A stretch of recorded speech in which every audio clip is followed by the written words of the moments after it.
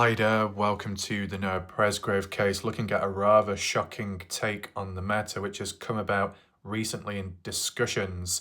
The questions of, are there hired paid actors, people paid off to cause disruption, start disinformation, spread misinformation, change the course and direction of perspectives in the case, add in misdirection, for example, maybe try and turn the public's opinion in a different way, a different angle, and take to suit your narrative. Is that possible? Does it really exist? We'll be taking a look at Michael Fazekas' post, which has come about recently. And on top of that, take a look at the comments from people from both angles and sides, from the likes of Justin Roy and other people, from Army Page maybe, to others who are giving their opinions and feedback in response. I'm doing this so you get that full picture, so both sides get to be heard. And then I'll add in with my thoughts as well. I mean, I can give you my opinions as well, whether I believe in it or not, and share with you my own encounters, past or present. So be sure to stick around today. This can be a discussion video, and for those that are present watching the live premiere, welcome. You can let me know what you think, your reactions, and just chat amongst yourself in the live chat located on the right side of the screen there. And at any point, and for those that are watching on catch up, drop a comment down below under the video. It helps with spreading awareness and it can start new discussions. If you've got any questions or any answers, ideas, observations, just leave it down below and I'll make sure to read the comments and respond. If you want to, catch up on my recent videos, if you've missed out whatsoever, don't worry, you'll be able to find it all available in my full playlist, top right corner, where the eye symbol is up there, with some loose videos attached. And if you do want to support my channel, below in the comment section, there is a pinned message by me with PayPal link and a link to channel membership on YouTube. With that being said, the order of how we'll do things today, we're going to take a look at Michael's post, then look at the comments from it, then look at the responses by other people on a different page, then bring it all together, give you my thoughts and conclusions. Here we go. I'll zoom in just to make it a bit easier for you.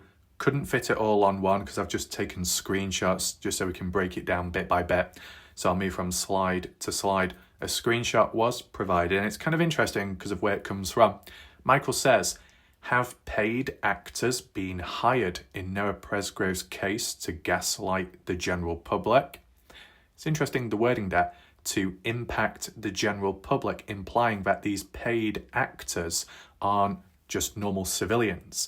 They're of a certain higher role or of authority. You could interpret it that way. As for paid actors, would that be considered individuals in connection, by blood, by friendship of said partygoers and parents of partygoers? Or is it just straight up random general public that have been given money and convinced and persuaded to join into this case and push a certain agenda and narrative? But why would paid actors be required? Why can't the ones at hand do the work themselves? Why does someone else have to do their dirty work, their bidding? Likely because if it was the original source to do it, it would make them look obviously very guilty. But it comes down to the question of, does it really exist? And Michael Fazekas, even if you don't agree with him, Michael is putting a question mark, implying that there is a possibility, but it's not guaranteed.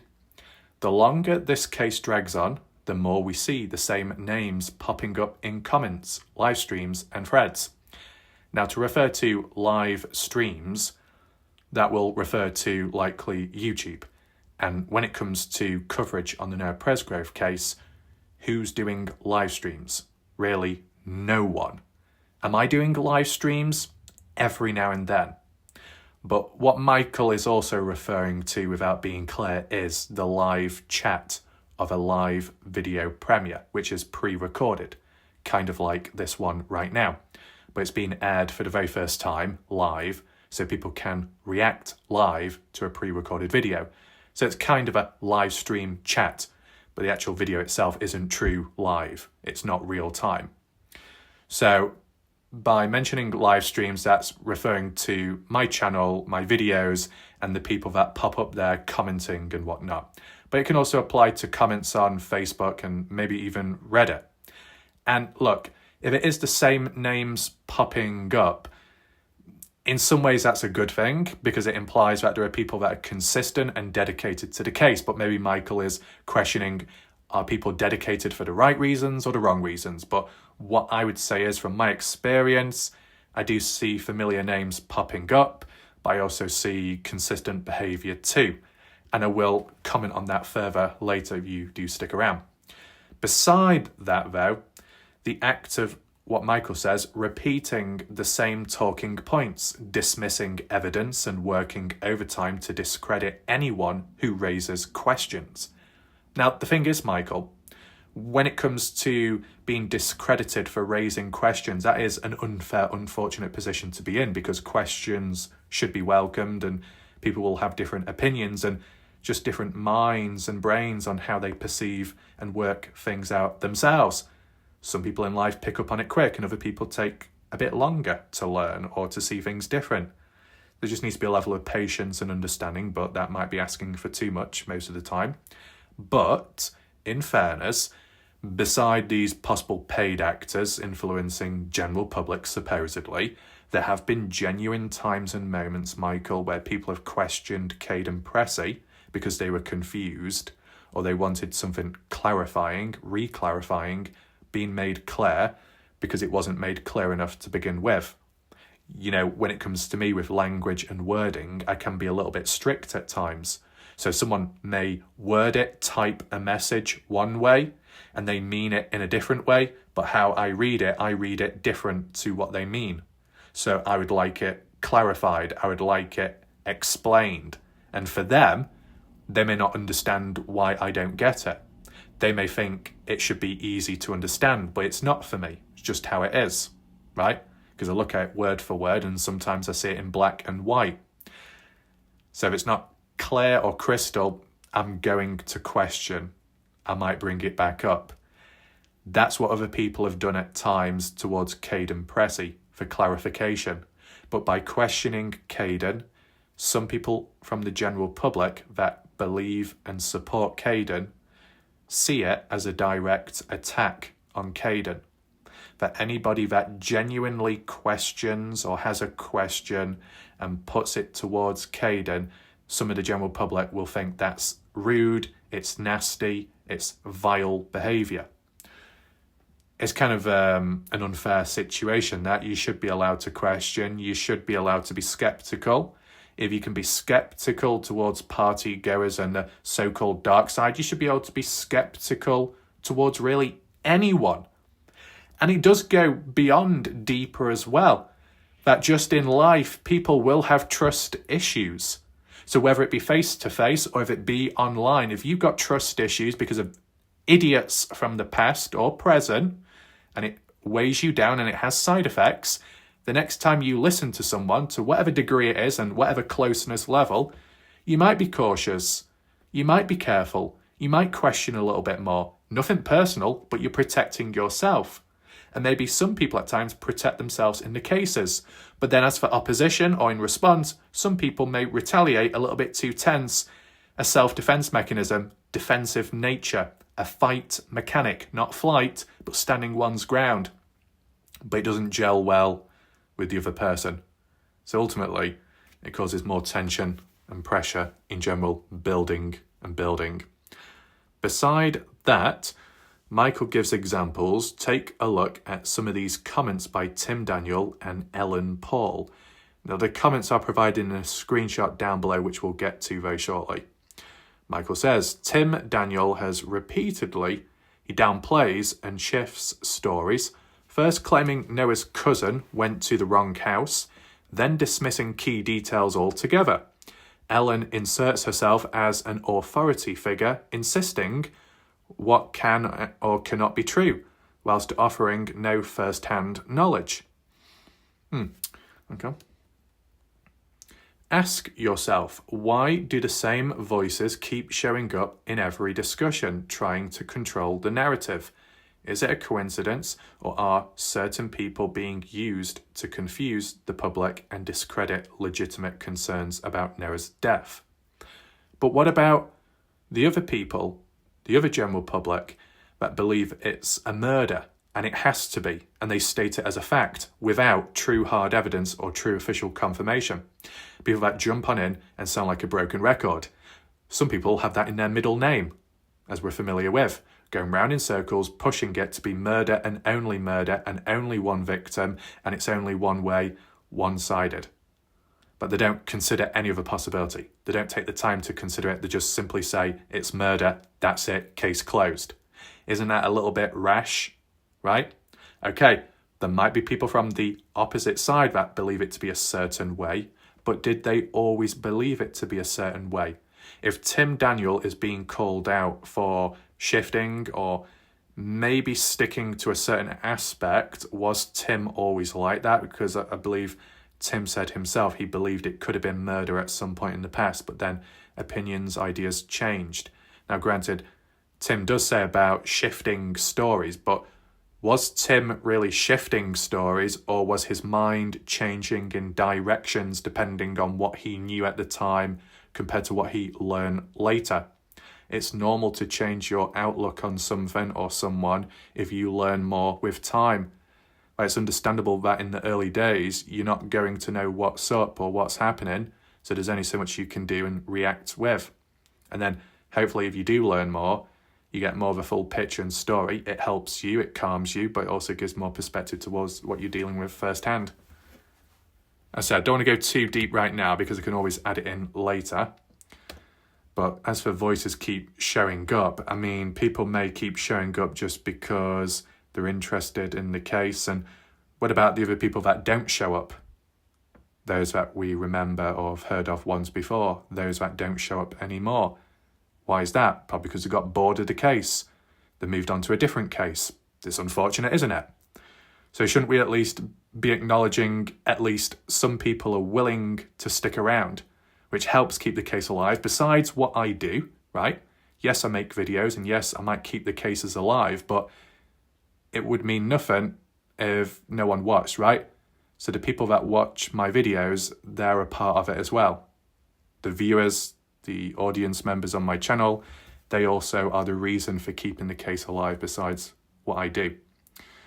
And applied elsewhere to other audience members and other groups of people that may go on Reddit and Facebook. It does all help, even if it can be rough and patchy at times. Besides that, Michael says, this isn't just about comments online, it's about whether deliberate tactics are being used to manipulate public perception, stall momentum, and protect those who need the truth buried.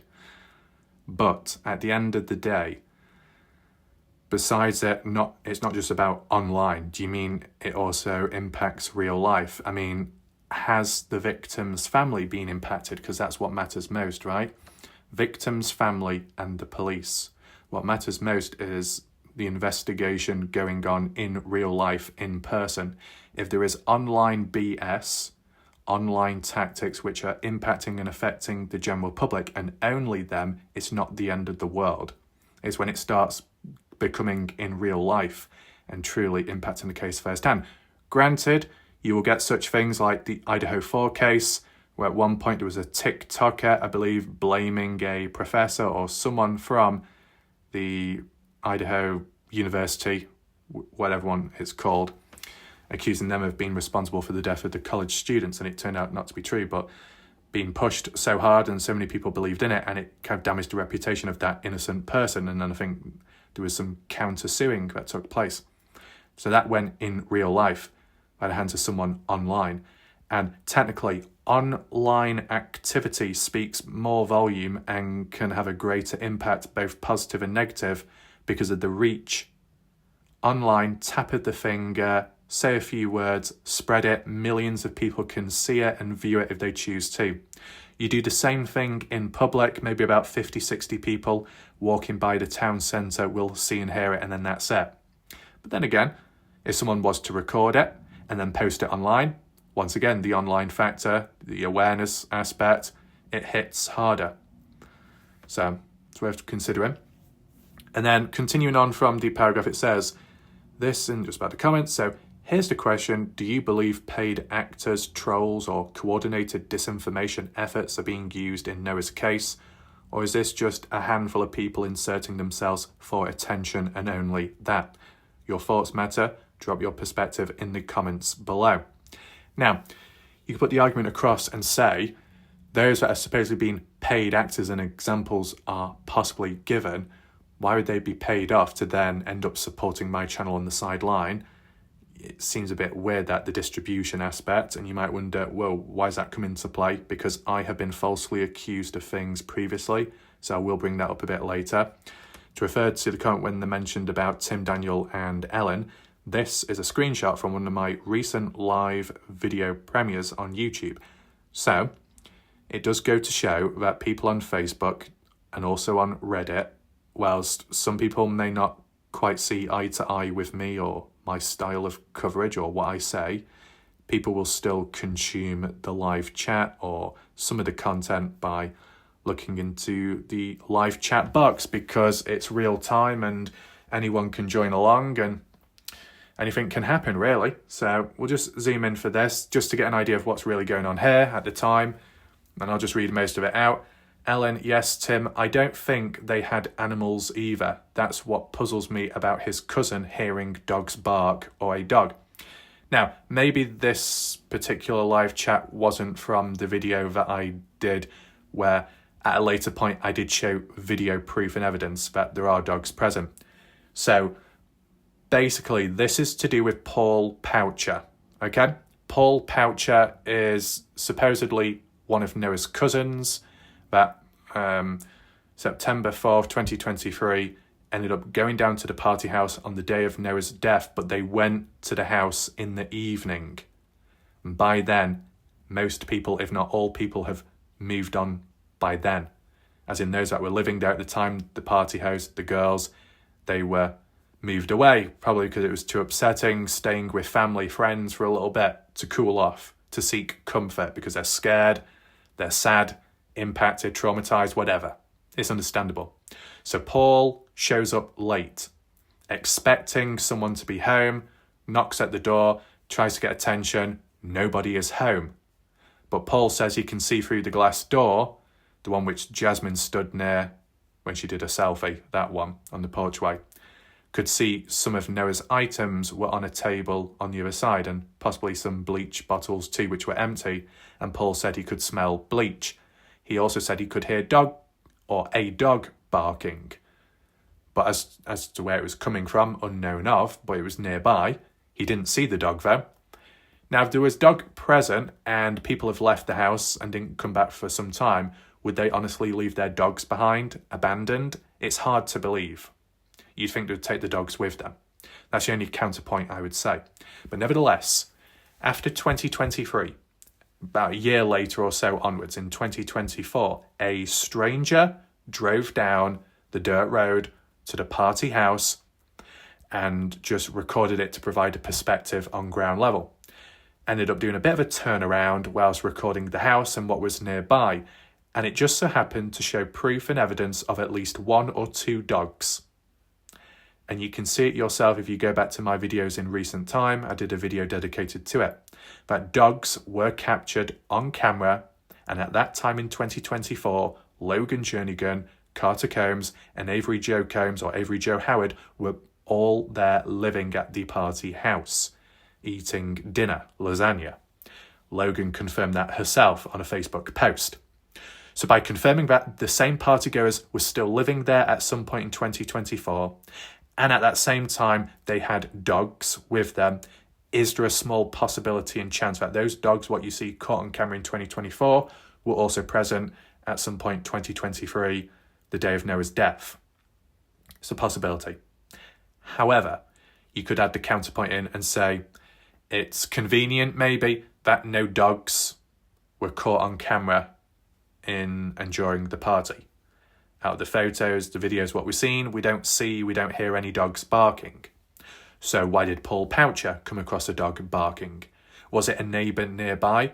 Well, there's not really any neighbour houses nearby. If you're talking about that one singular dirt road, there's some buildings down there, but I just thought that they were completely empty. No one was actually living there at the time, besides the party house. So you've got to take that into consideration.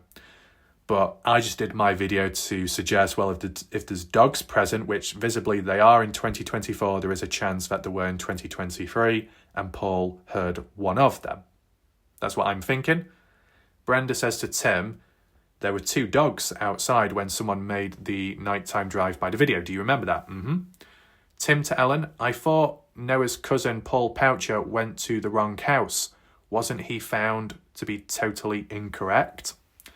I don't remember anything about him being found to be incorrect. Like, I don't remember anything or any follow-up. Other people have said they asked questions and Paul did not follow up or respond back with an answer. So it kind of went flat, didn't go anywhere. So that's got to be considered. And there's not been any follow-up since. And we've not even really seen or heard Noah's family acknowledge Paul Poucher. Even like Casey Smith, the mother, when she said about how items were distributed from Noah or Noah's personal possessions, that Casey got bottom of the barrel stuff, that other family members got first choice. But they also mentioned how some items were missing, like Robin, Smith, Ashley, Chadwick had mentioned in the Parts in True Crime interview that the wallet, the hat, the shirt, as examples, were still missing, and the golf clubs. And Casey Smith, in her own little private conversation with someone, DMs, mentioned about the golf clubs still being missing. So when you add it all together, these victim family members agreeing that these said items are still missing, and it's the same items which Paul Poucher was going to collect, or most of them, on the day of Noah's death in the evening, post onwards when it wasn't successful and it didn't work out. And we're doing it on behalf of Deborah Smith to get the items back. I'm surprised Deborah Smith or any other family members mentioned, yeah, these items are missing, but, Noah's cousin did try collecting them for us, but was unsuccessful. There was never any acknowledgement of that, and it's quite an important, prominent moment to say if Paul had got them at the time, they would have been safe and secured. But because he wasn't able to get them, they were lost after. Someone got rid of them or moved them on. So close but so far away. You can look but you can't touch. That's the situation for Paul at the time. I'm surprised the family didn't bring it up themselves. Beauty Guru Mo, it's the shape of the light behind him defining his ribs and muscles, no bruising. Right, that's something else. Ellen, yeah, and he never confirmed anything, so I take his testimony or words as a wash. You could say it hearsay as well. To Brenda, but how many months later was that? Well, you're saying September 4th, 2023 to maybe July 2024 onwards, roughly, when it came about. So yes, they could have adopted, they could have got dogs in between onwards, for safety, for comfort, because they wanted to. What they now have or had in 24, they may have not in 2023. But I was only using it just to put as a suggestion, because you could say at least it's a coincidence that Paul heard a dog barking and then there's straight up footage of dogs in 2024. Yes, there's a gap in between, but it's just a suggestion. Tim Daniel, Brenda, I'm not sure what you mean by drive-by video. Well, we cleared that up already because Tim saw my videos. That's all good. Alan says, Tim, she's talking about when somebody went out to the girl's house and drove by, but I thought that there was a lot longer because the girls weren't there for a couple of weeks. Well, it was in 2024 and the girls were there because Logan confirmed it herself. Tim Daniel, oh yes, I do remember that, but don't remember dogs. I'm pretty sure Brooks said they had no pets. Is that so? Maybe they didn't at the time, but they did later.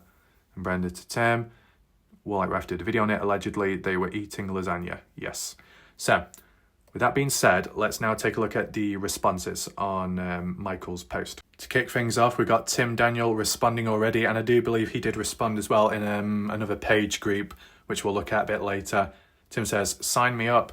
I spend too much time in these groups. It would be great to get a paycheck for it. A career in acting, interesting. Do people actually believe that there is a person who is writing actual checks to pay people in a Facebook group to say they don't think Noah's friends killed him? I know that's just what a crisis actor would say. Taking consideration that Warlight Raff in the Dylan Rounds case was accused falsely of being a crisis actor, I was also accused of being Dylan Rounds himself and still being alive despite supposedly dead, which is a bit weird.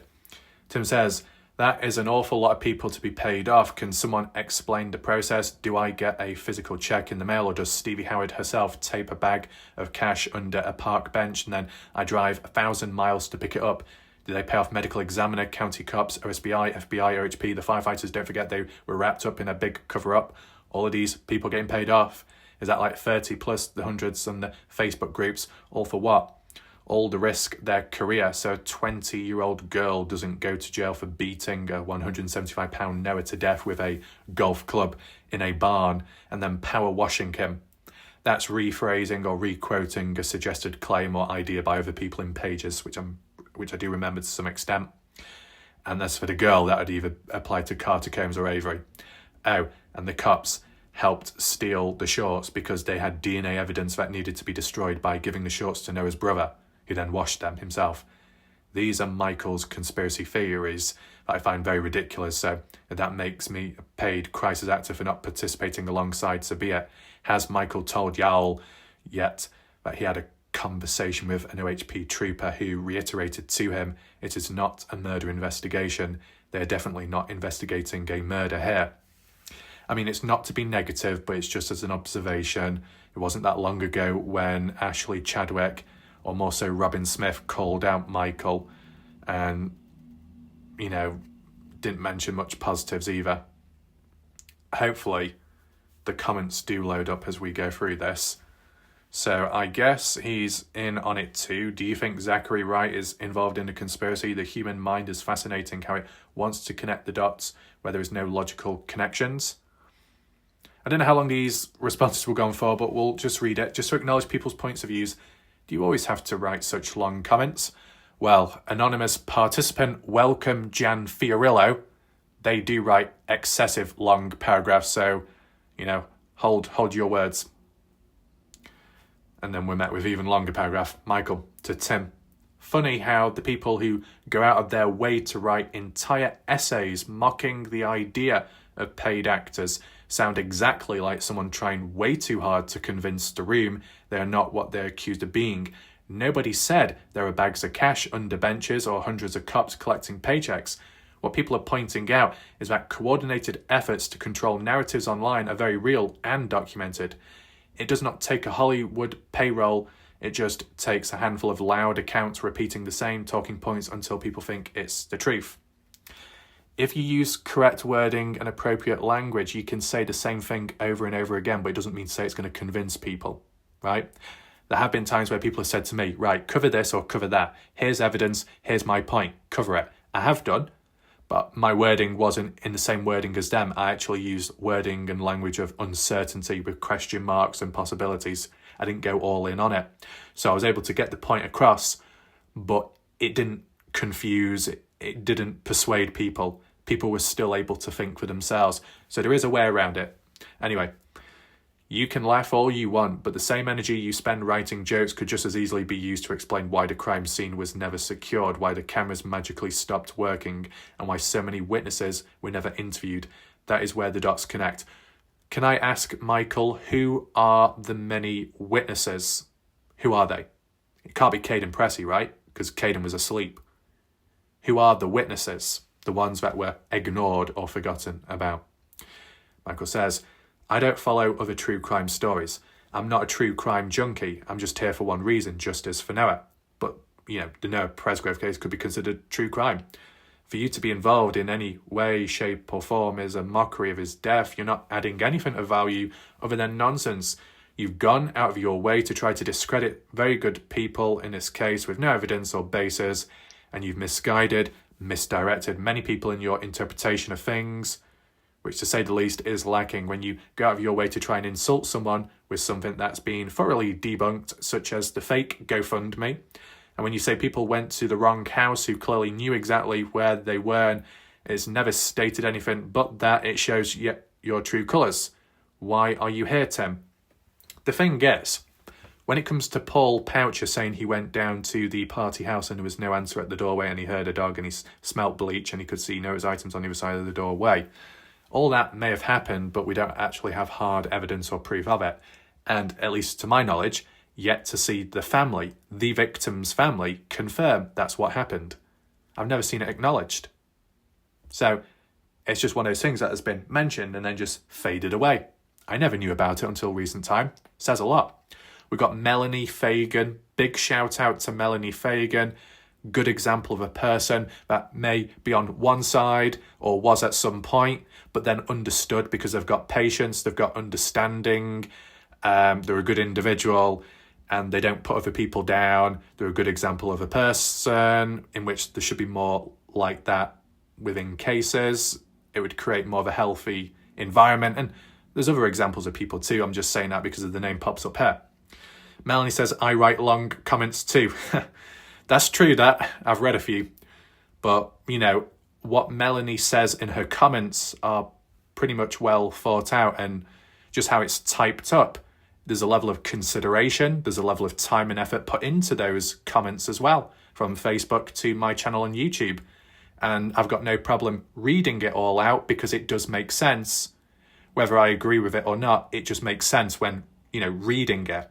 It's not all over the place. It's done well. I've come across other people, though, that have been all over the place, and it's been a nightmare to read. Anyway, some people just do that. If you don't like it, you absolutely don't have to read it. That's true. What else do we have? I love your long comments, Michael says. Okay. Oh, here we go. This is a good example of a long one, but we'll read it. Melanie says, I do think that Zachary Wright's behaviour has been questionable. You mean like in terms of professionalism, how he communicates with people over text messages? If he's really done the things some people have said he's done, and there's definitely a group of folks that goes after people for believing that Noah was murdered, I also don't understand the laughing emojis like it's some sort of joke, sarcastic comments. I kind of get that. I can relate, Melanie, because when it came to Kaylee, the one that giggles, the one that made a little return in recent time to the Noah Presgrove case, did a live stream and it was a bit of a tension thing within the chat. Kaylee, also known as True Crime Deep Dive, who has falsely accused me of copying her content, even though I've done more videos than them, and I've managed to keep the case going whilst they've been busy doing other stuff, dealing with things, fair enough. But someone like Kaylee and other people would use crying, laughing emojis over and over again, very excessive and repetitive in serious moments. Some people may do it as a coping mechanism because they just don't know how to react.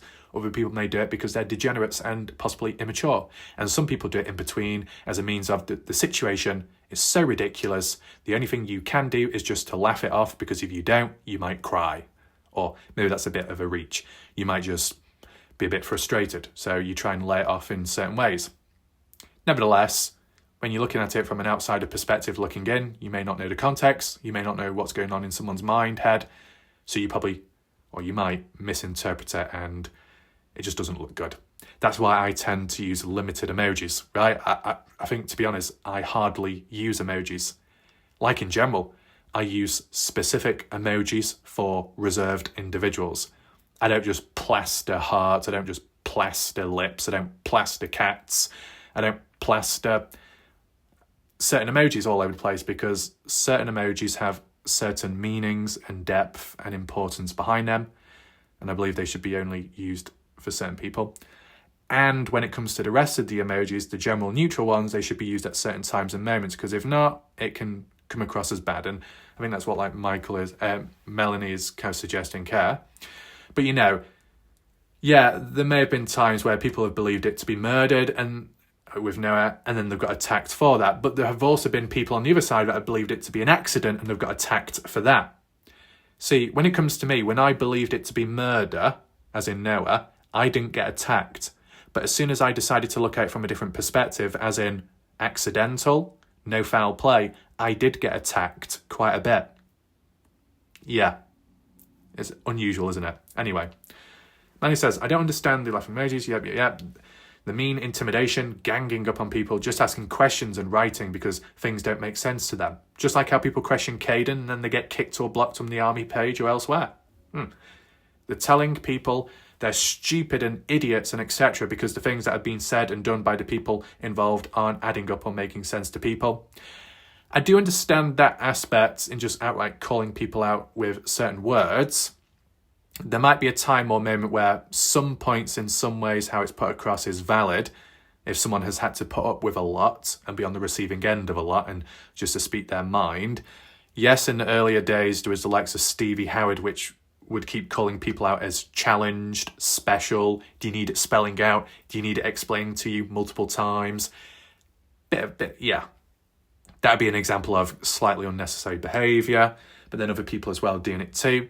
See, when it comes to me, if I say, you impetuous prat, it's just an observation. That's it.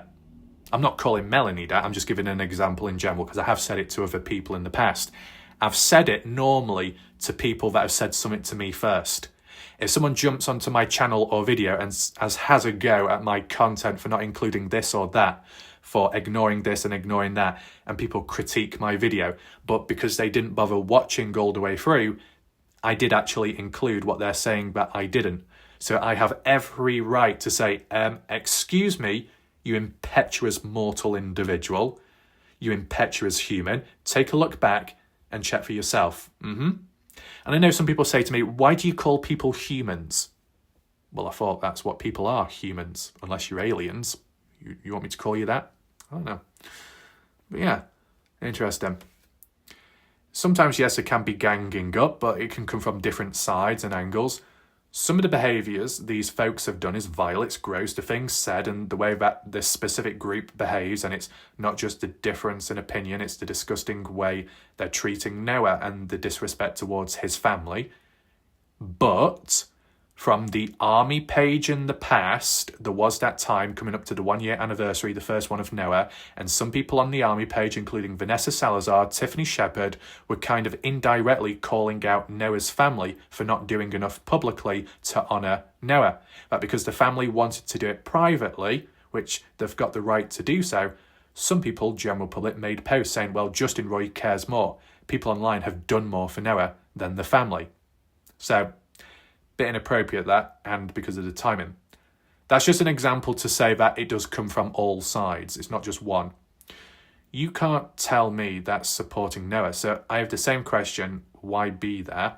What purpose does it serve for friends of the defendants in the family's lawsuit to set up camping groups that were made to support Noah and his family and spread awareness of what happened to him to help him get justice? These folks show no empathy towards him and they are disparaging him.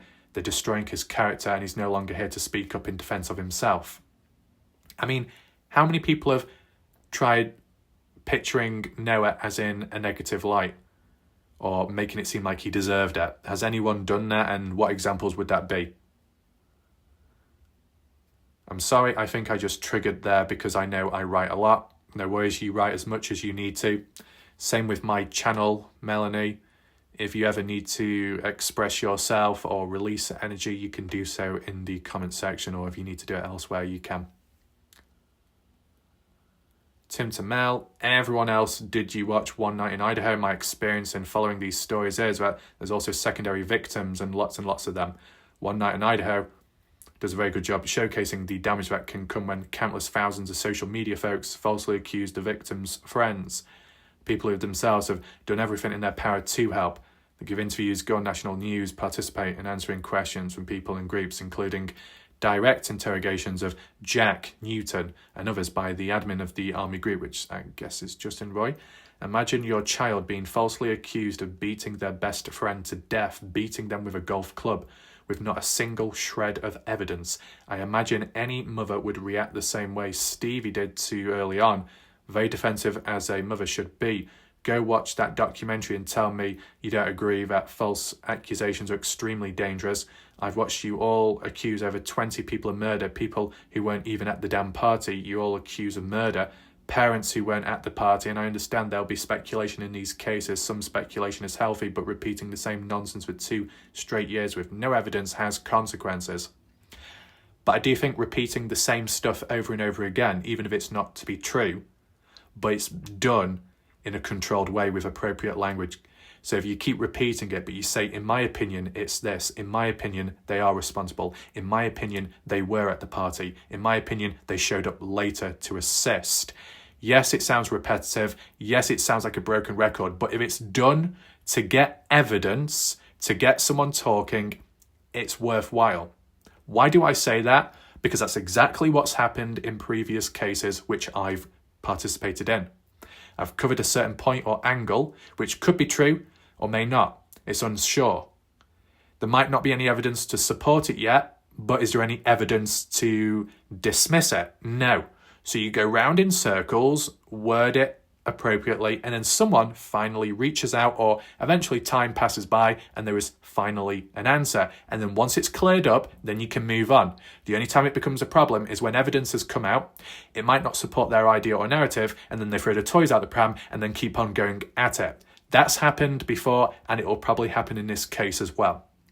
So let's just say an example. If by any chance it wasn't murder, this case, and it was proven to be true, likely there might be a couple of people in the case that wanted it to be that way, and because it didn't go that way, they're not going to believe in the hard evidence, even when real life documents and evidence is provided. It can happen with humans. It's a denial defense mechanism. People's bubbles are burst and they don't want to accept the dark reality. They don't want their fantasies to go away. And you might say, well, that's a little bit weird, but welcome to true crime. Just remember, true crime also involves serial killers. Ted Bundy, Ricardo Ramirez, maybe Zodiac Killer as well. And so on and so on.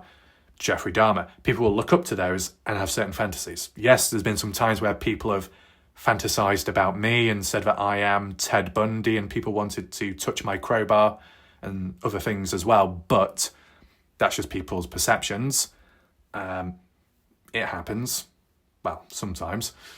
But besides that, what else can we acknowledge here? Beaten with a golf club with not a single shred of evidence. I imagine any mother would react the same way Stevie did to early on. Very defensive as a mother should be. Go watch the documentary. Tell me you don't agree. The false accusations are extremely dangerous. Okay. Understand speculation. People have been visited in real life personally and threatened with literal death based off of Facebook rumours starting in these groups.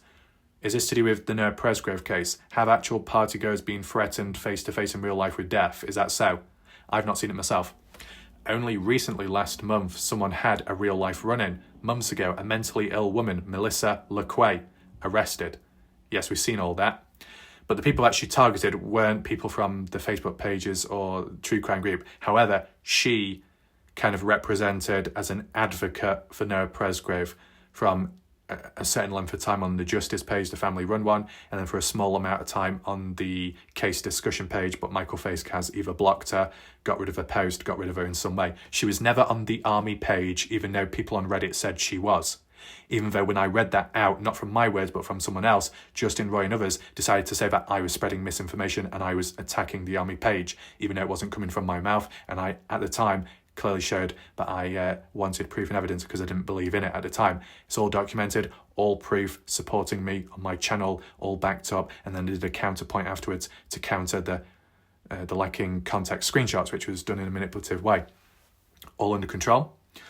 Besides that, yes, Melissa did some bad things, under the influence, I believe, of drugs or intoxicated, and being an advocate for Noah and doing such things like that, just in general, in public, which isn't regarded or linked back to the case, but it just doesn't have a good look in general if you've got such unstable people supporting Noah who are also doing reckless things in real life and putting other people's lives in danger. Could they be doing the same thing online as well? To some extent, yes. Just like how you get felons, ex-criminals that somehow come to true crime cases in general and their old dark ways creep back in when there's drama started and then start attacking general public who are innocent. It gets messy. We know from here repeating words and in the army page, Michael lies about that all. Believe like the kids are running or hiding from process servers. These are rumours engineered to make you believe that there's something to hide, when in reality one person was served one single time at the wrong address and it's not been followed up since. But why did they have the wrong address? If we knew of the correct address, or some people did beforehand, then why didn't they as well? They didn't try and serve them 12 times. I'll tell you, that looks to me like intentional stalling by Noah's family lawyers who have zero evidence. It's not the defendants stalling. We all know what towns they live in. This is not a mystery if you follow the groups. So if it's not a mystery, then why can't the higher-ups and professionals do their job properly then, instead of relying on old information? Why are they not trying to serve them? Why are the lawyers intentionally giving incorrect addresses? To stall for longer in hopes that they can find anything. Okay. I really don't care, like Melanie said. I wrote a long comment, said that I can cover all of the anticipated float nonsense. Right. Andrea to Mel, everything you said can be said right back to the other side then. So you can say, in some way, at the end of the day, bad as each other, to some extent. The amount of people who follow me around just to put laughing emojis on everything I say is actually crazy. Right. And Mel says, I don't support it from either side. I think it's gross to laugh about Noah's case, and if I say it, I'll try to say something. I'm sorry that has happened to you, Andrea. Okay. I'm leaving right now, so I can't answer this as I would like to, but I'll try to remember to come back and answer it and give it time it deserves. I'll say it's important for everybody to make sure that they don't state things as facts that they only believe or have an opinion on with appropriate wording. Try to remember to come back and answer to you, Tim. Okay. We should all be careful about that. We should be okay to ask questions without being attacked about behaviour or words that don't make sense. We should be safe to express confusion or wonder what inconsistencies are about and all of that. But I'll come back later and I have to go for now. Okay. Double agent paid by the family to infiltrate by a dark circle of murderers. Wouldn't that be the first? Okay. What's this? For real, pay someone to infiltrate these murderers? No. Literally, someone offered Noah's ex-girlfriend $500 to do so. So I guess Michael isn't too far off people being offered money. Only thing is, it wasn't the dark side that is documented as doing so. It was the light side. I think, did some people say it was Justin? I don't know. Not me. What others have said. Light side, of course, meaning you think Noah's friends murdered him, and the dark ones thinking Noah's choose good friends who didn't kill him. This case is backwards. I'm over here minding my own business about posting real evidence, the autopsy injuries. Okay. Right, so that's it for the replies there. Do we have any more? Of course we do. You can always tell the ones, the mouth vomit all around. Adults who own the property, I guess Stevie Howard, Johnny Trout Wilcoxon, held should be accountable, just like the parents who are arrested for their child shooting up schools and allowing this party to happen. What? So on the basis of, across the different themes and examples, as long as the parents know what's up or what's going to happen, if they don't intervene or take action, they're just as responsible for enabling it, basically.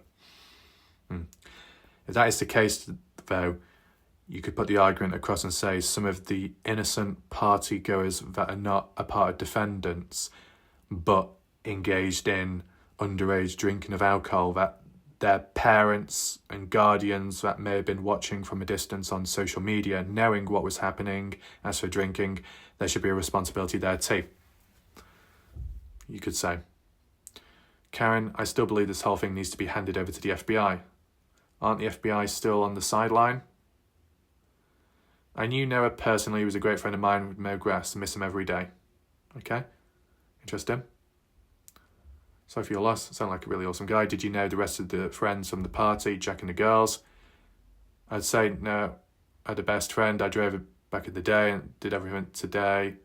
I forgot his name, but as far as the girls inside the picture and everything that happened that night, I don't know any of them. All I know is Noah was a great guy. Okay. Julie, shout out to Julie. In photos on Warlight Rafts videos, there were 2 dogs at the party house along with several vehicles parts in the front of the house. That's 2024. Whether or not the cousin of Noah was at the wrong house, I do not know. In my opinion, he could have been at the right house and heard dogs barking because of the video showing dogs at the party house. There it is split apart from 2023 to 2024, so that's if the dogs were always there to begin with. I doubt they're paid actors, but it's definitely the guilty posing under fake accounts trying to control the narrative. Right, so yeah, to say paid actors could be a big stretch, a big leap that, but the possibilities of, those that are trying to cover themselves, protect one another, could use alternative accounts. If that's really the case, it's possible just because of the past and what's happened there. Angela, here's my guess. I think Avery moved out of state, which is possible, but you think that when an investigation is going on, everyone is supposed to stay in the state, otherwise makes you look guilty. Anita, the facts of Noah's injuries is all that matters. It was murder and not accidental. Accidental does not inflict so many injuries and such horrific injuries. Of course, it's fake accounts and views for the plaintiffs. The evidence is in black and white is how badly Noah's injuries was. If the evidence is in black and white and it's straight to the point, then why is your autopsy report saying it's unknown of as for cause of death, and even the time of death is unknown of? I'll say it can't be that strong and solid if they haven't come to a true conclusion officially. And, as well, a accident may not cause or inflict such injuries or the amount, but a series of accidents could. A series of accidents with foul play or not could. Right? We've already done that recently with videos, adding it in. Rachel Loudermilk says, oh yeah, and don't get me started on YouTubers. I've never seen something more obvious than those two morons. Who are those two morons? I don't know. And as for YouTubers, there's not really many YouTubers covering the case unless you include channels that may cover the case once and just tell the original story. Justin Roy says, what innocent people act like this? They've had fake accounts from the very beginning, even before the pages and groups were made. To me personally, it points to premeditated to act like this. Great post, Michael. Something very violent, sinister going on here to manipulate and confuse people and to cause division. Multiple fake accounts that we know about, several of them have been in everyone's inbox trying to manipulate, gaslight and get them to change their opinions. Well, separately, like with Instagram or elsewhere, maybe TikTok, I've not had that myself. Literally worked on several people. Again, ask yourself what innocent people act this way. Also, what innocent people run from a lawsuit that could clear the name exactly. Little Minions, well, we've heard those lines before. Aren't real people, too easy of names, think of extras in shows. Right. Do you believe there's some of them? Keep asking me if I've read the medical report. Keep saying it shows no sign of a beating. Okay, so we've catched up there. Let's now look at it from the opposite side, from a different page in response. Just so you can see for yourself, this is the case discussion group this time round. Sherry Bar Walker, and then just repost, which was originally from the Presgrove Project page, where the comments originally came from what we've just read.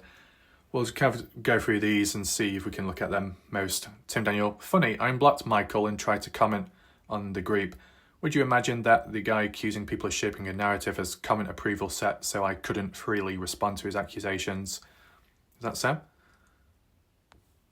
He's a real piece of work. Then you have his little group of sheep like Melanie that let him take digs at their intelligence whilst grovelling at his feet. So strange. Wait, what's going on here?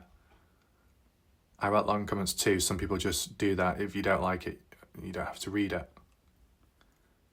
Well, it looked like that Melanie was writing long comments, Tim was writing long comments, and I saw Tim's comments. Unless there was some other ones which weren't sharing.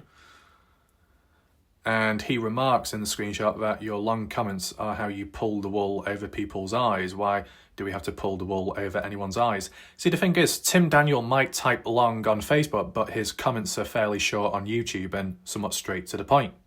Someone like Jan Fiorillo, her comments are very long on YouTube and also very long on Facebook. And in some ways, there's nothing wrong with that. It's a good thing in some ways, but Jan Fiorillo was known to write a lot and then in between a few lines would slip in a few insults or backhanded words, as in to me and other people. So sometimes there are methods behind it. Tim, like, what are we gaining by thinking his friends didn't beat him to death? The only thing I've ever asked people to do is read the autopsy and go down injury by injury. The autopsy is not trying to pull wool over anyone's eyes. It should be a huge red flag if people try and stifle open discussion of anyone's theories. That was the intention when the group was created. Different place, the memorial style page. Right. Oh, so Michael is able to comment. Tim, your defence actually makes people question you more. You say being in tons of other true crime groups proves you are not a paid actor, but in reality it makes it more likely. If someone wanted to blend in, gain trust and influence the story, what better way than hanging around in groups for years? That is not proof of innocence. It's exactly the type of pattern people would expect if someone was trying to steer conversations. Bring up the GoFundMe, never existed. I went the extra mile and contacted the company directly, and their admin team sent me a letter confirming that there was never one tied to me, my name or Noah.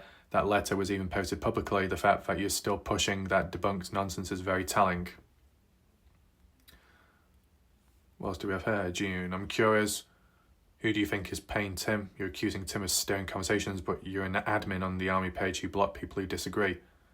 I don't know, I just posed the question. We don't block dissenters, only people who have a track record of causing problems, doxing, threatening and attacking members.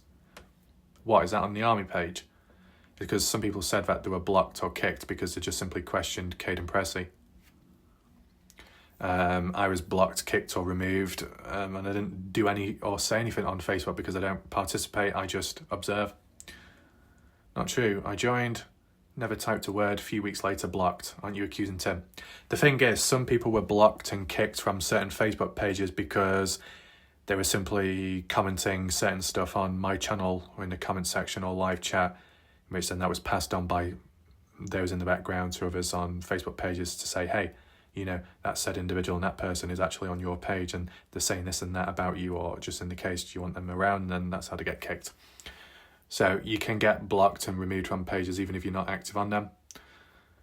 Right, so that goes on. False operations for some big goal. Talking about 9/11 as well. The sheriff and undersheriff, as well as Cash and Brandon, volunteer firefighter, as well as the OHP troopers. We know your feelings on Zach, as well as the OSBI and FBI, would all need to be paid off. Is everyone paid off, or is it just me? Tell me your theory so here we can understand how it works. I'm here for it. Do you also think that because I joined a group regarding yesterday's sniper shot, as for Charlie, is it Charlie Kirk or so? I even wrote up my own profile of the sniper to share with fellow true crime folks. Turns out I nailed his age, height and weight, and I've yet to see my other predictions play out. My point, true crime is the second most popular interest of Americans next to gardening. Oh, is that so? They do indeed exist. They're used to the whole... Oh no. Unblocking me, unblocked, right. You might be surprised that I somewhat agree with some of what you said. Right, so it does go on. You can always pause the video if you want just to read it out, of course. Talking about the bleach as well. I just want to know what goes through one's mind before posting such drivel. If one doesn't believe he was beat with invisible sticks, they're paid actors. Who's Tim Daniel? Oh. We got Becky Barnes Matlock. Michael Facecaz must get bored to come up with the stuff he does. He's quite imaginative. Now, this isn't said in any reference, it's just as an abbreviation. I nearly did a slip of the tongue just then because when it said MF, I thought they were saying motherfucker, but they mean Michael Facecaz. Right, let's just check the responses. He is absolutely the worst. Another person that just likes keeping things stirred up. Better off just sitting in a rocking chair.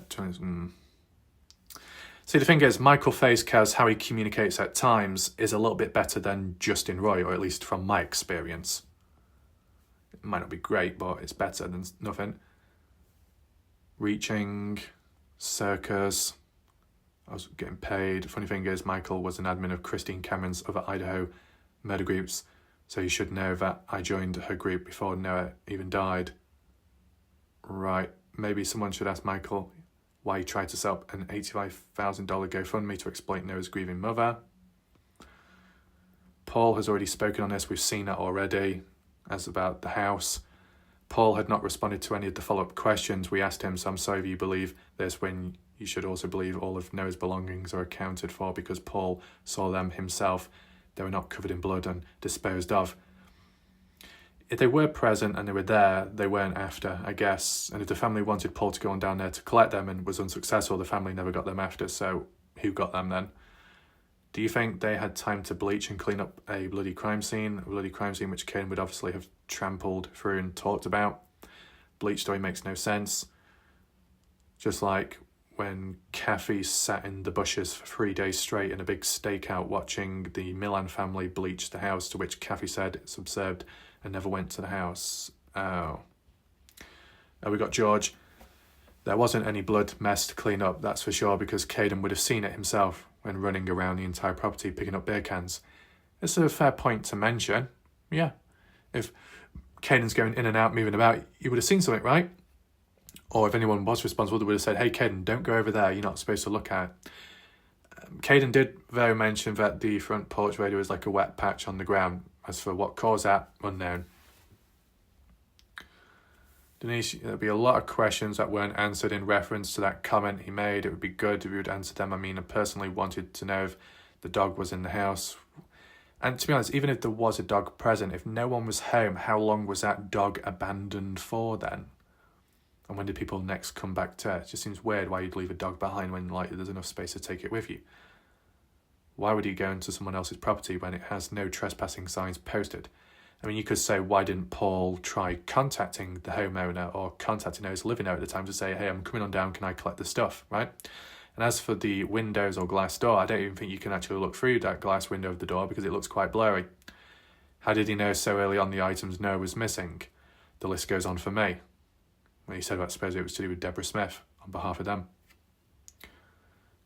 Was there more than one dog or dogs, big or small? Most importantly, what house did he go to? Well, at least from the 2024 footage, there's at least 2 or 3 dogs, which I saw. The post I don't remember off the top of my head, but he refused to respond to simple questions, which is kind of like what Caden Pressey did, refusing to ask simple questions. The story does not add up. Nobody was home to be cleaning with bleach. The girls didn't have dogs at the house. They were staying with their mom. The girl's front door has an opaque stained glass window. He could not have seen Noah's belongings, and the lights would have been off as well. So it's a bit weird. A person close to the girls said he surely was not at the correct house for these and other reasons. Is that so? Not seen that yet. Caden did not mention a bloody crime scene that took days to clean up. Insinuation that when someone smells bleach, right, means they were cleaning up blood is unbelievably absurd. The party itself didn't look that messy or dirty too. Owen looking for his shoe before and after he went down the road, plus he told OHP there wasn't anything that he could see that would have needed to be cleaned up. Oh, we got Joyce Bergow, shout out. I will just state this right, yeah, Noah's injuries are horrific, but I'm not going to sit and say because I don't know what causes injuries. We all know he didn't do this to himself, at least. Yeah. On another note, hell to many people have been paid off with money according to some. Hell, it's been stated Donna and I, as well as many others, were paid.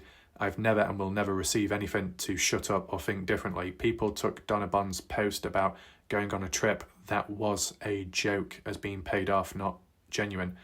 As for Noah's cousin, to be honest, maybe joking around and laughing, as positive as it is to do, maybe it's just not worth doing. The reason why I say that, Joyce Bergow, in the past, I had a spider on my wall, a toy one. People believed it to be real. People thought my life was in danger. That because my knobs hang higher and other people's knobs hang lower, and I'm talking about doors, handles, people thought that there was some secret conspiracy behind why my knobs hang higher compared to other people from the US. It's just the way the doors are fitted. There was a time, Joyce Bergow, where because I had a stuffed thing under the bed, the bed sheets, it made it look like there was someone sleeping in my bed, and people genuinely believed in it and thought, who the hell's that? So, you know, if people can fall for it and genuinely believe in it, if you try playing it off as a joke, it might only push their ideas and think it really is true, and then they'll just attack more. Sometimes it's good to joke, other times it's just not worth the hassle because of what can come off after. Anyway, Joe says, as for Noah's cousin, Paul Poucher, I don't know what house he went to, only that he stated he went to the house that afternoon to get Noah's belongings. It was actually the evening, so it would have been dark. Still waiting for my check.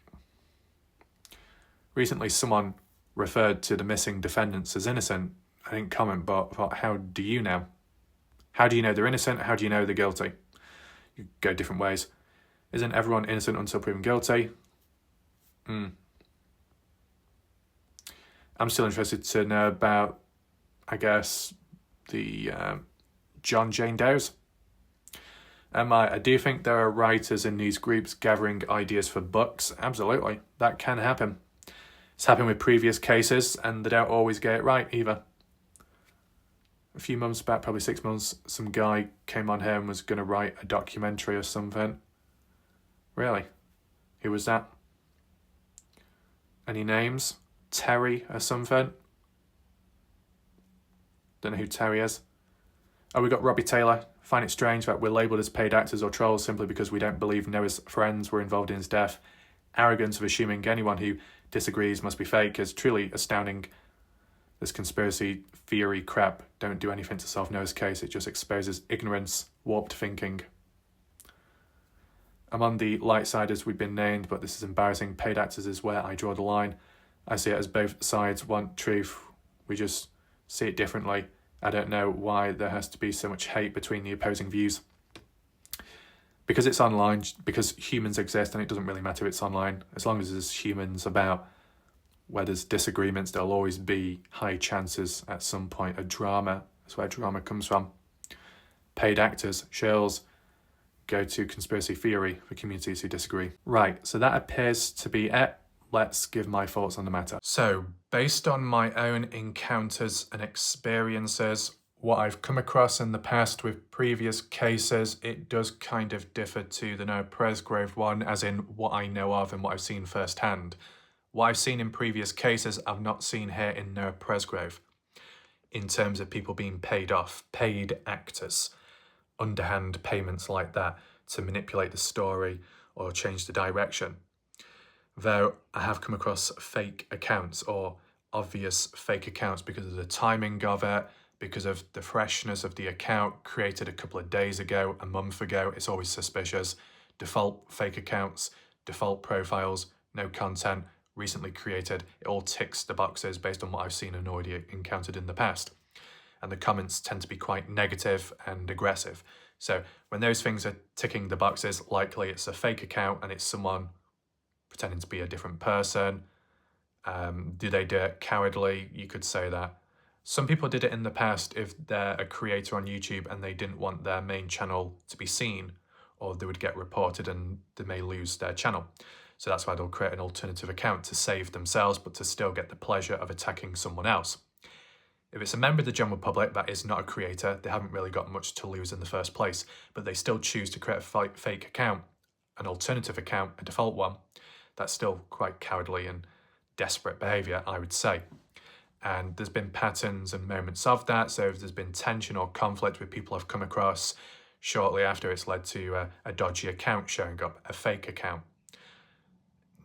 Don't think it's happened as much or at all here, but more in the past, Dylan rounds, there were impersonation accounts of me. And the reason why people created false impersonation accounts of me is they would go to a different channel on YouTube to do with the same case, or they might even go to a far out one, which is something completely different. They'd use my name, they'd use my profile picture, and they would speak really badly and nasty towards people. And there were times where some of those individuals on the receiving end of that impersonation account of me, people would come to my channel after seeing that name, type it in on YouTube, they'd find my channel thinking it must be me because of the profile picture, because of the username. They'd come to one of my videos, recent ones, and comment, "How dare you talk to me like that? Why are you being so rude and nasty?" I'd respond back and say, "I'm really confused, what's going on?" And they would explain it, and then I would say, "I'm sorry to hear that. It appears that there is an impersonation account pretending to be me to paint a negative, bad picture of me elsewhere, to damage my credibility, to damage my brand, and so on." And in some ways that kind of did happen. Did it truly work? No, because when I defended and explained myself, people luckily were understandable, even if they didn't know me, but they understood that there was an impersonation account. And at times awareness was spread onwards with viewers going elsewhere. But the tactics behind it, another creator, another channel out there, seeing it as direct competition, decided to create a fake account impersonation of me to paint me in a bad picture, so then I would suffer down the line. So it was done with intent. Not so much happened here in this case, but it could always happen. More so it's happened with members of the general public. I shouldn't say that, sounds rude. More so it's happened with viewers, participators, people that just watch the videos or go on social media pages where their accounts, their names are duplicated and there's an impersonation of it somewhere. Not to great amounts or great extents, but it's happened here and there. So that it's done the same way like how it's done with me, tarnish the person's true image and credibility in hopes of causing disruption and damage. Are those people that do that getting paid off? No, not from what I know of, not from what I've seen. They don't get paid off, they just do it because they get off of it through other feelings. Some people will do stuff not for the sake of being paid, but for the feeling behind it. Just like how some people, like serial killers, will kill because of the rush, the lust that they get from doing it, and so on. And it encourages them as a form of positive reinforcement to do it again and again because they benefit from it, just like how people may do it online with attacks. But in some other ways, there have been moments indirectly and going in real life within the Dylan Rounds case, not directly to do with the case always, but on the sideline of those that have participated. And then others have gone in real life on others, recorded, gone up close, documented the house, the car, caused some public disturbance, swat someone, things like that, caused disruption, spread rumours, and they might have been paid in the background, and there might have been the odd screenshot or supposed proof of that to suggest.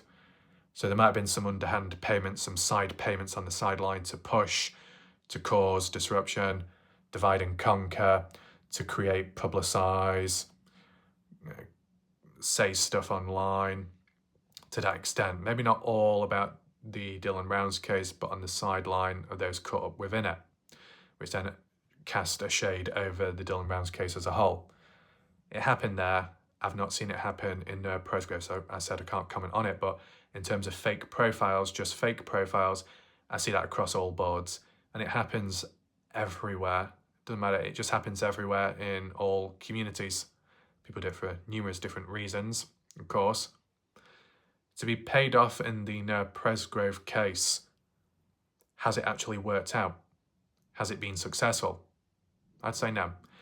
So people are really being paid off and still are till this day. It's not worked. So why would people be paid if they're doing a bad job?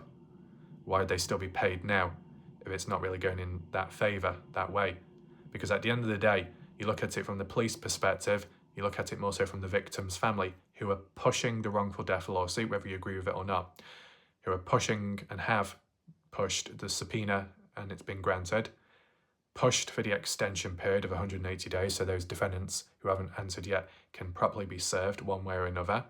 That's been granted as well. So it seems like the family are pushing in the ways that they believe in and want, and they're getting their way. And police or certain authorities are allowing that and granting it. So in real life, there is movement and steps forwards. So whatever's going on online, drama, conflict, people being paid off, or just people outright causing disruption for their own gain or other alternative benefits without being paid, it might impact other members of the general public. It might impact both sides, but is it impacting in real life the case, the progression aspect? Not from the looks of it at this moment. Would there have been at a time previous? Who knows? If you've got examples, you can leave it down below. In the Dylan Rounds case, there is examples of disruption and delays when certain members of the general public, more so locals, thought it was a good idea to go out in real life and search the areas on site, the property, trespassing, and even beyond where the body could be. And the family pleaded and urged people to not do that because it could interfere with the police searches. And when the family do private searches, some of the general public ignored it and were encouraged to push harder and to keep on going. They said they were doing it in the name of Dylan Rounds, which they may be, but their stubbornness and their strong-willed nature kind of clouded and disrespected the wishes of the victim's family and even the police. So, slight problems there, slight delays there, and maybe police or family having to waste time in looking at and being cautious of, making sure that they don't encroach too close to where it needs to be searched and so on like that. It adds more worry, or it adds more concerns over, right, who do we have to deal with now? Yes, there was times in the Dylan Rounds case where some had campaigns where they were going out to attack Candice Cooley, the mother to Dylan, the father Justin Rounds, going all in on there, digging up the past, history and all of that, trying to make a case, put it across, which would have in some ways, or attempts to tarnish the credibility of the family, the victim's family, the parents, which can slow down stuff there, as in if it distracts the parents, the families in responding to that, or distractions elsewhere in responding to other stuff that isn't quite working. So some delays here and there, no good. There were false leads too, which there was actually. So when it comes to June 1st, I believe, 2022, a friend to Dylan known as Kurt Wadsworth made a call into police claiming that Dylan Rounds was held hostage in Montello, Nevada, the town, in one of the buildings, supposedly by Chase Venstra, just a random guy at the time. Family believed in it, contacted police believed in it, all went on down, yielded no results, big waste of time. Kurt did it because he's influenced by his girlfriend at the time that was a psychic medium, and it turned out to be a load of bollocks. So that wasted police time, it wasted the hope of the family in believing that their son was still alive when, in the actual facts unknown to them at the time, Dylan was already dead and buried in the ground. So with that delayed tactic and slowing things down, even if it's slightly by mistake, but believing in some psychic medium that just said it, problematic at the time, diverted attention elsewhere, enabled the killer to possibly move items about and sort their story out whilst there was no police presence or family presence at the scene of the crime or the scene of where Dylan was last at. So you can see the damage and the delays and the stalling there. Has that happened in Noah Presgrove? No, not so much, because the scene was looked at one and done, the highway, and then that was it. It wasn't truly closed off, and I don't think it was for days, because it is a highway, it needs to be in use onwards. And the party house as well wasn't really checked in on properly or locked down either. If they were, it could have led to more searches, more interactions, more hands-on, then leading on to closer looks and analysis of bits and bobs too, but didn't happen. So as for delays in investigations or being present on site and searching and looking and directions and pointers, those types of delays or misdirections weren't there like the Dylan Rounds one when it was ground zero, the area treated and searched upon many times. That was a missing person case. If Noah Presgrove was a missing person, if he had been disposed of and buried and not dumped, let's just put it that way, then they probably would have used the party house and the surrounding area as a ground zero until they found him. So more resources would have been used, more efforts would have been used, and there probably would have been a higher reason to do a search warrant on the party house property, right? That's what I've always said. That yes, by disposing Noah on the highway, if it was to be treated that way, deemed as foul play, dumped on the highway, it seems reckless. It doesn't seem convincing enough to make it truly as a staged hit, as a hit and run, but look too obvious as a staging of something else in an unnatural way. But doing that still is more practical for those said individuals that could be responsible under that theory than outright burying Noah somewhere. Because if they bury Noah anywhere, treated as a missing person case, and they'll always refer back to the last known location that the victim was last seen at, and then they'll use that to start their investigation, which means the property and searching for any DNA and evidence. And if anything bad did happen, I'm sure the party goers, based on that, wouldn't want the presence of police to that extent. So by moving the body on, but making it findable, kind of passes on the responsibility geographically elsewhere. Yes, you can still say there's a level of linkage to the party house because that's where Noah was last seen alive. So you retrace the steps back there and then move on to the highway. But it just doesn't have the same intensity and it doesn't yield the same types of resources that would be used and associated with a missing person case like Dylan Rounds. That's why I can compare it there. But when referring back to paid actors or referring back to people that have it in their mind to convince others that this isn't that you look at it differently. There's a authoritative presence, there's a controlling nature, there's a shift and change with time. I said when it came to Tim Daniel, he's changed with his outlook. I believe at one point believed that it could have been murder, could have been foul play, looked at it from different sides, then eventually transitioned to it being more of an accident and then transitioned to it more recently as maybe an unfortunate accident which then led to a secondary accident to cause the total injuries, adding on each time by learning new things along the way. Also along the way with what I've done, kind of similar, but in recent time with the wrongful death lawsuit, I did do a couple of videos referring back to murder and referring back to foul play. As much as Justin Roy and others like to say that I'm on the dark side and I am biased, in recent time, I've done quite a few videos looking at the murder aspect, which that seems to get neglected by, which is very unfortunate. What I'm getting at is the times when I've done videos covering murder, foul play, partygoers responsible, some way or another. Did I get attacked by Tim Daniel? No. Did I receive a long, lengthy comment by him countering me? No.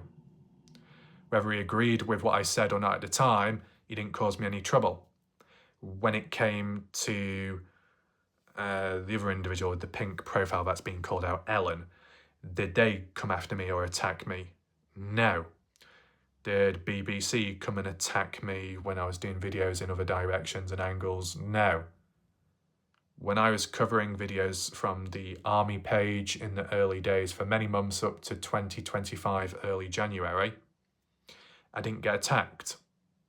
But the moment I covered it from the alternative angle and side, that it may not be murder, that moment thereon is when I did get attacked and questioned and labelled and all kinds of stuff, and that was from the previous people that I were alongside with. So I'm just basing it off my own experience, and it's very valid and noticed, right, and somewhat documented as well. Was it necessary, people's behaviour and actions and responses? Not at all. It shows how reckless the minds can be when they think like that. The moment I try and look at different perspectives, that's considered a bad thing. As long as I stick to one side, then it's all good and fine. But if I stuck to all one side, but not from their point of view, but someone else's, then it's really bad. People pick and choose. And that's a problem in life in general, in many different ways. People pick and choose, meaning it's very selective. And if you're not the chosen one, you're going to be treated different.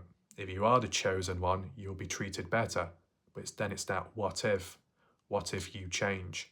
What if they change? How will they treat you then? There's no stability in that, and you want a form of stability, you want a form of reassurance. If you're not going to get it, you need to protect yourself. And when it comes to online cases and true crime, the uncertainty of it is great. Yes, you come across people that might be nice, that might be good. Don't mean to say they're going to be like that tomorrow, or a week on from now, or a few months. I'm always cautious. It's not done personally. It's just done to protect myself. And then eventually it's like, well, here and there, it looks like I was right. It's unfortunate, but it does happen. But here and there, you'll come across some good people, and they remain good people, right? For the most part of it. But yeah, as for Tim Daniel, I've not been attacked or come across any badness from him, or Ellen either. Now, could people put the argument across and say, well, of course, you're not going to get attacked by them because of how you cover the case. It's in line with what they think. Well, as I said, I've done videos where I've covered it from opposite angles, which they don't agree with. Did they attack me? No. So it is okay and under control. When it's come to Robbie Taylor with their thoughts and opinions and suggestions, I've acknowledged it, but then I've also given counterpoints as well. There was a time, and I really can't remember what example it was. Maybe it was to do with Alicia Lee or somebody else, and Robbie said, look at it from this angle, here's some screenshots, or made a reference to screenshots existing. Then I came across them somehow. What's important is the suggestion of you need to cover it a certain way, or you should cover it in a certain way. I did my video, but I didn't do it based on what they really wanted. I did it based on what was needed and necessary. So I gave for and against arguments. And then when I posted that video or shared it, Robbie Taylor said, you know what, the way you've done it and how you have given for and against arguments, even if I myself strongly believe it to be a certain way, because you, Warlike Raf, have covered it from different angles, I actually respect that more. And I think you've done a better job at putting it across. So when people call out the dark side for being one-sided and really strict and extreme in certain ways and angles, even if it's not true or genuine, when it's come to me covering stuff and some people from alternative angles and sides have wanted me to cover something or do it in a certain way, when I have done it, but I've done it in my way, in a balanced way, they still approve and appreciate it, if not more. Unlike from alternative sides like Justin Roy, when they've said, hey, cover this, show this screenshot, put the point across and state it. And so I have done that, but I still did it in a balanced way. But then Justin, for example, had said, You've not covered it the way I wanted you to. You've not made it clear enough. You've twisted it. You've done this, you've done that. I did it in a balanced way, but Justin didn't like that. That's just an example, right? Different sides, different levels of leniency. Some have more respect than other people. And this might just be a personal situation, because at the end of the day, I do understand everybody's realities are different. Even if you're in the same environment, around the same people, just like people around you, you might be treated differently for unexplained reasons. And in my reality, in my life, just in general, I can come across the darkness, or the so-called darkness, the people that are labelled as darkness and bad people and evilness and scariness, monsters, whatever you want to call it. They treat me in a neutral way which can be considered better than what other normal people do. I've experienced that in some way, and it might be confusing to think or pick up on it that way, but that's just how it goes. But then for other people, it may be the opposite. It's different for everyone. And it's just about finding a reality that makes sense to yourself, digitally or physically, face to face. You can't control everything, so you've got to acknowledge that as well. But can people in communities control how they think or control how other people think? Yes, that is possible, and that's without being paid as well. Have I seen it extensively in this case? No, not like the Dylan Rounds one, where there was cults and followings and people bowing down.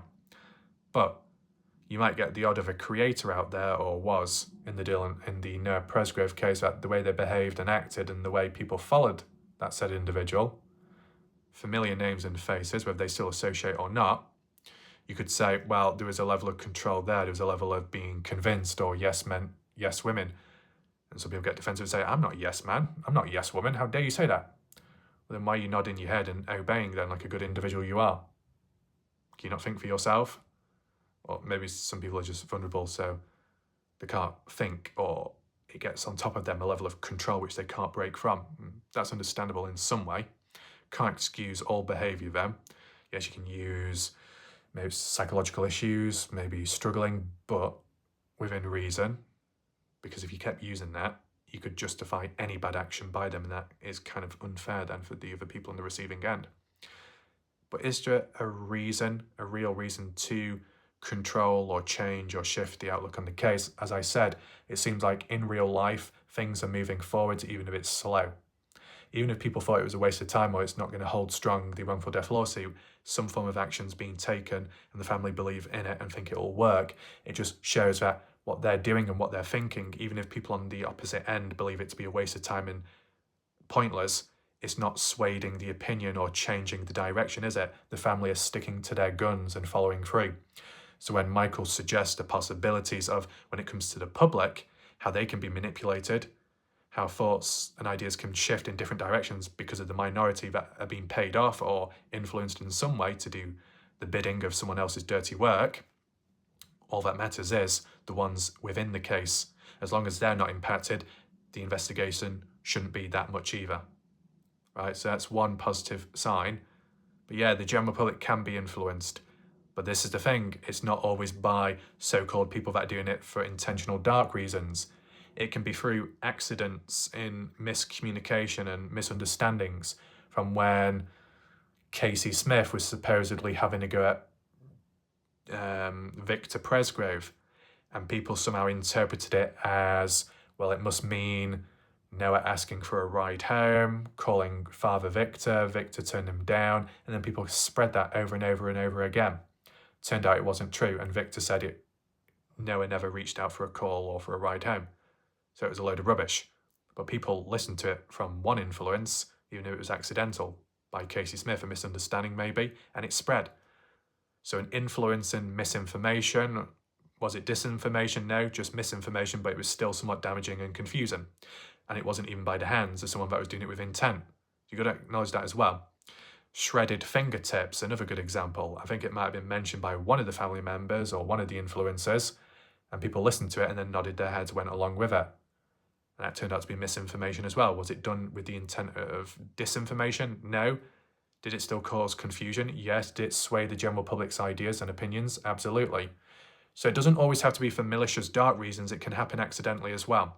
And in some cases, it's stronger and greater that because of the Chinese whispers and the poor communication, the language and wording. That's why I always say, try and make an effort to say, in my opinion, I think this is where it came from, this is what I believe that they said, from what I can remember, I'm not too sure. Things like that, it goes a long way, but not everyone always thinks, or they might not think it's going to have much of an impact, so there's no need to be careful with wording. But as we've seen, it can go wrong, and it can cause headaches. And if it spreads too loud and too wide and far, it might catch the attention of the family or the police who look into it and then waste their time when they should be doing other stuff. Don't think it's got to that stage though in this case, but anything's possible. As said, I mentioned something about how people have accused me of being paid off or being swayed by a certain side because of people paying off warlike wrath. But that term, that wording sounds dodgy, and it is incorrect, because at the end of the day, people have given super chats and super stickers, which by YouTube's terms is a form of giving and showing support. A thank you for covering videos, making videos, creating educational stuff or entertainment, helping someone, a distraction from day-to-day life, providing a place to hang out and chat for numerous reasons. It doesn't have to be all about these videos or this case. It could be any video. It could be a different case. It could be a different theme and topic, and someone gives a super chat, a super sticker, gifted membership. It's not as a means of saying, right, here's the money, now do what I say. That's never happened. Never happened whatsoever. I may have made a video, I might have made a key point, and then people were grateful or thankful that it was covered or considered, so then they show a level of support, a tip, whatever.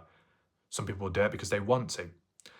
People do it because they want to support the channel, as in enabling this channel, my channel, to be able to continue what I'm doing. So when it comes to levels of support in that sense, it goes a long way, and it is very helpful and meaningful. So there are genuine reasons behind it, and it's public as well, so people can actually see it on screen. If you're really going to be paid off, is it going to be done outright in open sight, or is it going to be done in the background? Because that hasn't happened. And when it has come to people supporting in alternative ways, it's not by the dark side, it's people from the light side and in between and all over. And there's a handful of people that come along and support the channel, not because they're on any side, not because it's all about the case, but just because they like the channel in general and it helps them. There's numerous reasons why people do it, because they want to and other reasons. And it's not controlling or anything like that, right? It's not that deep, but people have made it deep more than what it actually is. And some people actually are convinced by it and just nod their heads. Doesn't do much good, that. There was one time when another YouTuber out there decided to use a screenshot and edit it from when Brooke Bounds Carter gave, I think, a $100 super chat on my channel, but the other YouTuber decided to edit it and make it seem like it was $999 or so given to me. But the most silly thing is, YouTube's maximum limit of how much you can give as a single super chat is $500 or below. That BBC wouldn't have been able to give $999 in one go, because that figure is just not possible or allowed available on YouTube by its, what's available. 500 is the max. You can't give any more than that unless you give it separately in small amounts, right? So a person photoshopped, edited a super chat. Isn't that a new low? Really desperate type behavior and truly faking it. It's not even possible to do, but people still believed in it. Really sets the bar, and it's quite low. That's not a good look. Look, we've seen in recent time, like Michael Facecas. I don't know if you've seen it, but there's been attitudes by some people recently, even Justin Roy, that are kind of begging and wanting me to stop covering the case. So in terms of trying to keep the case alive and provide a platform where people can hang out and share thoughts, that supposedly has to come to an end, because that's what some of the general public demand. You'd think that the general public and anyone would be welcoming and embracing coverage on the case, not the opposite of it. But I've seen it, so really backwards, is it not? So, with that being said, yes, you can say this discussion and the concept of paid actors is ridiculous, but in fairness, Michael Facecast did at least give a question mark within it, suggesting the possibilities, not with absolute certainty. But just the concept of people causing disruption or trouble without being paid is very possible, and I've seen it in different ways with the third group. Not the light side, not the dark side, but the middle group, the third one, which I came up with myself, and I gave examples of people within that or who were in that at some point, and that was disruptive and it did not help, and they weren't getting paid off either, but they were still doing it. So it's unusual behavior, but it happens, and with true crime it does attract a range of different characters, so you just have to anticipate and prepare for that. Anyhow, with that being said, hopefully you found the video somewhat interesting. If you want to hit the thumbs up, share the video, be appreciated. If you want to hype the video, which is somewhere in the comments, or if you slide across from the comments on mobile device, you'll find the button there. If you haven't already voted up to 3 times within a week, you should still be able to do so. With that being said, appreciate you watching and your patience. Take care. I'll see you next time, whenever that is. Goodbye for now.